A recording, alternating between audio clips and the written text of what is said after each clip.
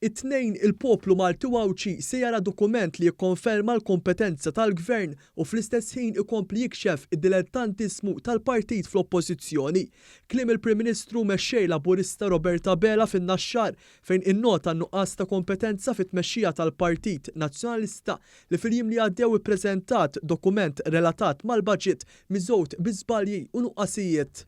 Il-kompetenza kontra id-dilettantismu ta' ħaddieħor. Rajna ftit tal-jimilu dil-ġimgħa stess il-Partit Nazzjonalista li nieda il-pre-budget document tiegħu. Sa dan huwa dokument importanti ħafna x'fih għandek l-oppożizzjoni li suppost qed tniedi il-viżjoni tagħha x'temmen illi għandu jkun hemm mas-sena d-dieħla f'pajjiżna. Minflok fallew imqar it-test tal-kidba. It-test tal-kidba fallew ukoll. U mhux se noqgħod nidħol fil-miżuri li proponew għax dak fallewhom kompletament. Il-mexxej Laburista nnotaw wkoll il-kuntrast enormi bejn dak li kienu jagħmlu gvernijiet nazzjonalisti fil-passat u dak li bħalissa qed iwettaq gvern Laburista.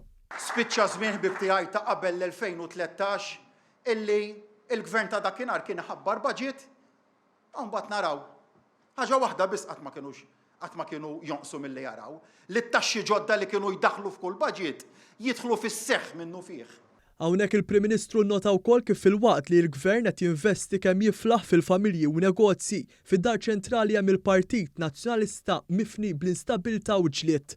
Ftakru x'waslet mill-2008 għal quddiem l-instabilità ekonomika, l-instabilità politika, ftakru x'riperkussjonijiet kienet daħlet fihom lil pajjiżna minkejja li l-isfidi ekonomiċi ta' dakinhar kienu ċkejknin ħdejk dak illi għandna illum. Ħaġa waħda biss baqgħet konsistenti minn dakinhar fil-Partit Nazzjonalista. L-instabilità fih danu dik baqgħet konsistenti. Kienet hemm qabel l-2013 u għada hemmhekk sallum il-ġurnata.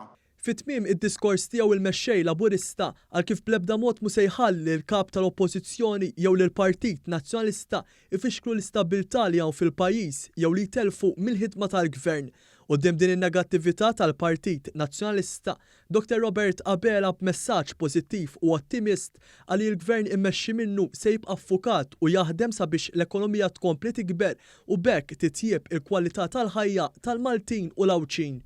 Nibqgħu fiduċjużi għax dan huwa tkabbir ekonomiku li rriduh biex inkomplu insaħħu lill-familji tagħna, biex nibqgħu insostnu lill-familji tagħna, biex ngħinu lilkom il-pensjonanti tagħna, biex ninvestu fl-edukazzjoni ta' wliedna, biex ninvestu fis-saħħa tan-nies tagħna, biex nofru servizz tas-saħħa aħjar, biex nibqgħu nkunu ta' spalla n-negozji tagħna għax dak tagħna huwa gvern tan-nies, għadu tan-nies u se jibqa' man-nies għalhekk għada l-ewwel minn 5 ħalli nkomplu fi triqitna flimkien lejn Għawdex u Malta aħjar. Nirringrazzjakom.